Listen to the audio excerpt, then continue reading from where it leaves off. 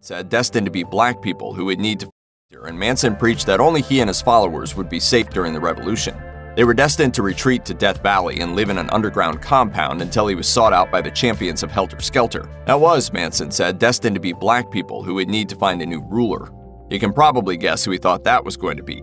He and his family were to be installed as the new leaders in a post-war world, and it was happening soon. He thought the Beatles were the harbingers of the end of days, and that meant it was time to find the bottomless pit where he and his select few would wait out the war.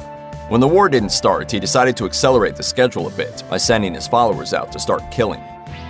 Where on earth did Charles Manson get the basis for any of this? It was all rooted in his interpretation of the book of Revelation. If you're not familiar with chapter 9 of Revelation, that's the part of the Bible about opening the pit of the abyss, fire and brimstone, the horses of the apocalypse, and the reign of Abaddon, angel of the abyss. It's heavy stuff, whether you're a believer or not. Manson believed he was the fifth angel who held the keys to the abyss, and that he would unlock it to literally unleash hell on the world. He interpreted the entire section of the Bible to reflect his world, and of course, he was at the center of it. The locusts foretold to swarm the earth were the Beatles. The fire and brimstone was their music. The so-called armies of horsemen were motorcycle gangs, and the abyss itself was in Death Valley. All that was left was for him to unlock the abyss and bring about the end of days.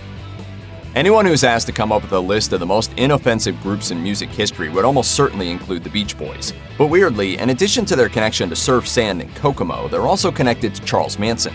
Specifically, it's drummer Dennis Wilson who had the Manson connection, and it started when, according to the Washington Post, Wilson picked up a few hitchhikers.